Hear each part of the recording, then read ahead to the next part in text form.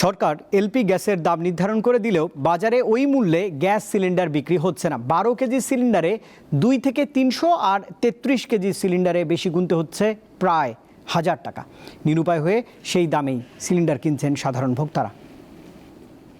ঢাকা শহরে 1-2 ঘন্টা লোডশেডিং থাকে, কিন্তু গ্রামে সেটা 14 ঘন্টা পর্যন্ত গড়ায়। 1940 টাকার সিলিন্ডার বলে বটে, তবে 2200 টাকার নিচে কোথাও সিলিন্ডার পাওয়া যায় না। সংসদে রুমিন ফারহানা বললেন 1940 টাকার সিলিন্ডার গ্যাস 2200 টাকায় কিনছে সাধারণ মানুষ। আসলে কি তাই নাকি আরো বেশি? আমরা আজকে মাঠ পর্যায়ে গিয়ে দেখব আসল চিত্রটা কি।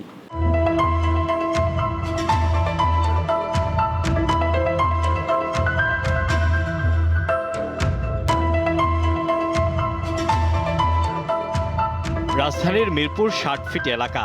এখানের বেশিরভাগ মানুষই এলপি গ্যাস ব্যবহার করেন। একটি রেস্টুরেন্টে গিয়ে জানতে চাওয়া হলো 33 কেজি সিলিন্ডার কিনতে তাদের কত খরচ পড়েছে। দুইটা আনছি আমরা, আমাদের পড়ছে প্রায় 12,400 টাকার মতো, সামথিং এরকম।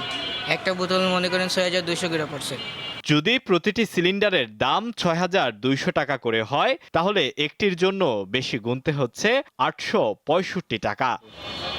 রেস্টুরেন্ট মালিকের কাছ থেকে মেমো নিয়ে এরপর ফোন দেওয়া হলো সিলিন্ডার বিক্রেতাকে।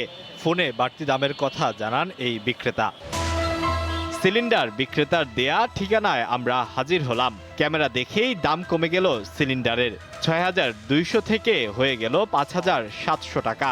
সেটিও সরকার নির্ধারিত দাম থেকে 365 টাকা বেশি। কারণ জানতে চাইলে ব্যাংকে কাজের কথা বলে দ্রুত দোকান থেকে বের হয়ে গেলেন সিলিন্ডার বিক্রেতা।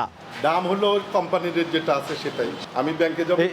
এই নাম্বারটা আপনার দোকানে আছে? নাই। রাজধানীতে বিভিন্ন খাবারের হোটেল এবং রেস্টুরেন্টে 33 কেজির সিলিন্ডার 1000 টাকার বেশি নিচ্ছেন খুচরা বিক্রেতারা। এবার দেখব বাসাবাড়িতে ব্যবহৃত 12 কেজি সিলিন্ডার কত দামে নিচ্ছেন খুচরা ব্যবসায়ীরা। এরপর আমরা যাই মিরপুর 2 নম্বরে। সেখানকার এক বাসিন্দা জানান তিনিও বেশি দামে সিলিন্ডার কিনছেন বাধ্য হয়ে।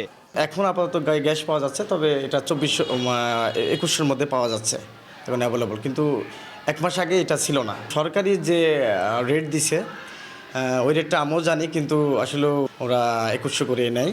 এবার তার কাছ থেকে ভাউচার নিয়ে দোকানদারকে ফোন দিলাম। তিনিও বাড়তি দামের কথা বলেন। নির্ধারিত দাম থেকে 200-300 টাকা বেশি দিয়ে গ্যাস সিলিন্ডার কিনতে বাধ্য হচ্ছেন ভোক্তারা। তাই বাড়তি দাম নিয়ন্ত্রণে দ্রুত সরকারের নজরদারি বাড়ানোর দাবি তাদের। আলোয়ান খান, দীপ্ত সংবাদ, ঢাকা।